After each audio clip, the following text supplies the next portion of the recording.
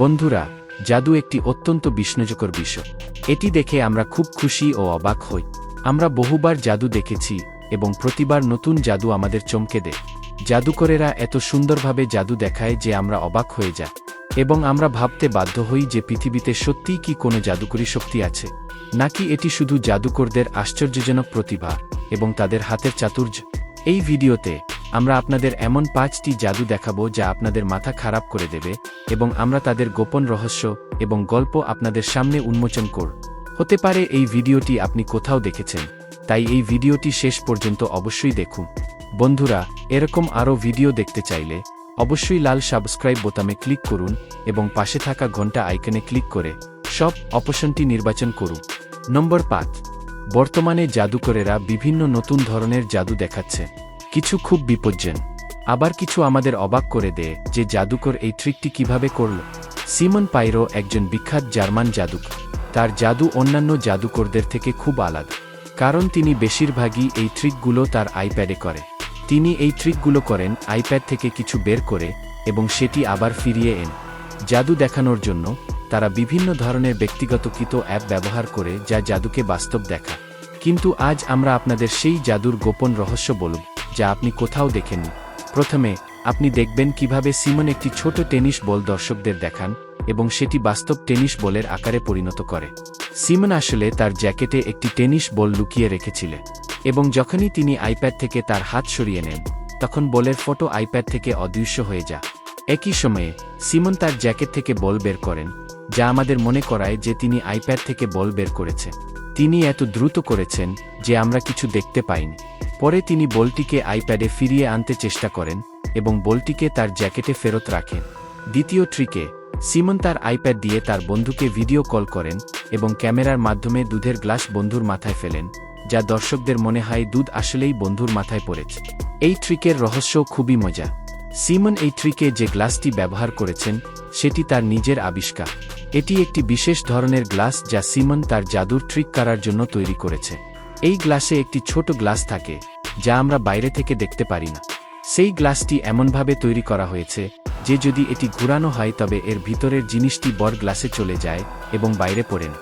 সিমনের বন্ধুর ভিডিওটি আগে থেকেই রেকর্ড করা ছিল, কিন্তু এটি দেখতে লাগে দুধ আসলেই বন্ধুর মাথায় পড়ছে ক্যামেরার মাধ্যমে, ওয়াইফাই বা নেটওয়ার্ক দিয়ে, এবং আমরা এই জাদু ট্রিকটি ভাবতে থাকি। তৃতীয় ট্রিকটিও একই রকম। এই ট্রিকে সিমন তার আইপ্যাডে একটি বিয়ার ট্যাপ লাগান এবং সেটি চালু করেন, যা বিয়ার উৎপন্ন করতে শুরু করে।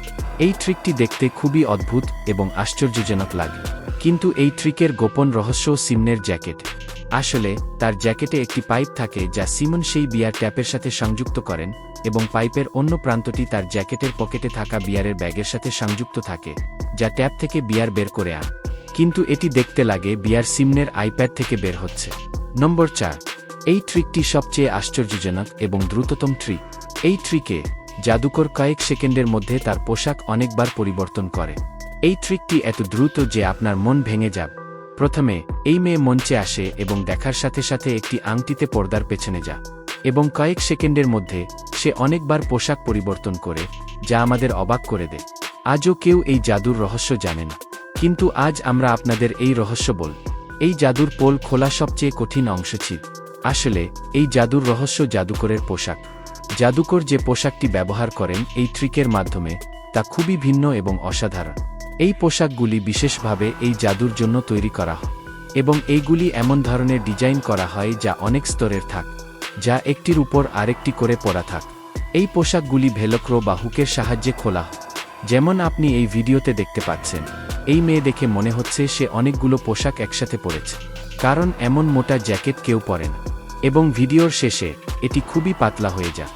এই ভিডিওতে আপনি দেখতে পারেন কিভাবে এই মেয়ে তার কালো পোশাকটি লুকানোর চেষ্টা করছে। এই জাদু করার জন্য আপনাকে খুবই স্মার্ট এবং চালাক হতে হবে, কারণ কয়েক সেকেন্ডের মধ্যে জাদুকরকে পোশাক পরিবর্তন করতে হয় মানুষের নজর না পড়ে এবং দ্রুত লুকাতে হয়, যা এই মেয়েটি খুব ভালোভাবে করেছে। নম্বর 3। পরবর্তী জাদু আপনি হয়তো কোথাও দেখেছেন। এই জাদুতে দুটি জাদুকর থাকে যারা একটি লক্ষড স্ক্রিন থেকে দুটি মেয়েকে বের করে। কিন্তু এই জাদুতে শুধু এই ট্রিকটি নেই। এই জাদুকর একটি আসল বেলুনকে লক্ষড স্ক্রিনে ঢুকিয়ে এবং দুটি ছাতাকে বের করে। তাহলে এই জাদুকর এটি কিভাবে করেন? আমরা আপনাদের ট্রিকটি বল। প্রথমে আমি আপনাদের বলি যে এই লক্ষদ স্ক্রিনটি একটি সাধারণ স্ক্রিন, যার উপর আগেই রেকর্ড করা ভিডিও চলছে। তারপর সেই ভিডিওতে একটি বেলুন আমাদের চোখের সামনে দেখা যায়। কিভাবে এটি ভিতরে ঢুকানো এবং কিভাবে লক্ষদ থেকে ছাতা বের করা হয়, আপনি এই বেলুনটি মনোযোগ দিয়ে দেখুন। মনোযোগ দিয়ে দেখলে আপনি দেখতে পাবেন যে জাদুকর বেলুনটিকে খুব কাছাকাছি নিয়ে আসেন এবং তারপর কোনোভাবে বেলুনটি ফাটিয়ে ফেলে। একই সময়ে সেই বেলুনটি লক্ষদ স্ক্রিনে দেখানো হয়। মনোযোগ দিয়ে দেখলে আপনি দেখতে পাবেন যে বেলুনটি ভেঙে পড়ছে, কিন্তু দূর থেকে দেখা যায় না। এখন লক্ষদ থেকে ছাতা বের করার সময় আমরা দেখতে পাই যে ছাতাটি ইতিমধ্যে তাদের হাতে ছিল, যা জাদুকররা খুবই চতুরভাবে এবং দ্রুত বের করেছেন। আমরা কিছু দেখতে পাই না। পরে তারা এটি স্ক্রিনের খুব কাছাকাছি খুলেছে। এখন লক্ষদ স্ক্রিন থেকে মেয়েদের বের করার সময় এসেছে। ট্রিকটি হলো যখন একটি জাদুকর একটি বড় কাপড় নিয়ে লক্ষদ স্ক্রিনের সামনে আসে, আমরা দেখতে পাই যে দুটি মেয়ে পিছন থেকে নেমে মঞ্চে আসে এবং আমরা তাদের দেখতে পাই না। এবং যখন জাদুকর বড় কাপড়টি তোলে, একটি মেয়ে দাঁড়িয়ে থাকে এবং কারণ জাদুকররা এখনও পুরোপুরি কাপড়টি সরাজনি, তাই আমরা অন্য মেয়েটিকে দেখতে পাই না। জাদুকররা অন্য মেয়েটিকে লুকানোর চেষ্টা করেছেন, কিন্তু যদি আপনি ভিডিওটি পজ করে দেখেন, আপনি দেখবেন অন্য মেয়ের পা এই মেয়ের পিছনে রয়েছে। কিন্তু যখন প্রথম মেয়েটি সেই কাপড়ে মোড়ানো হয়, অন্য মেয়েটি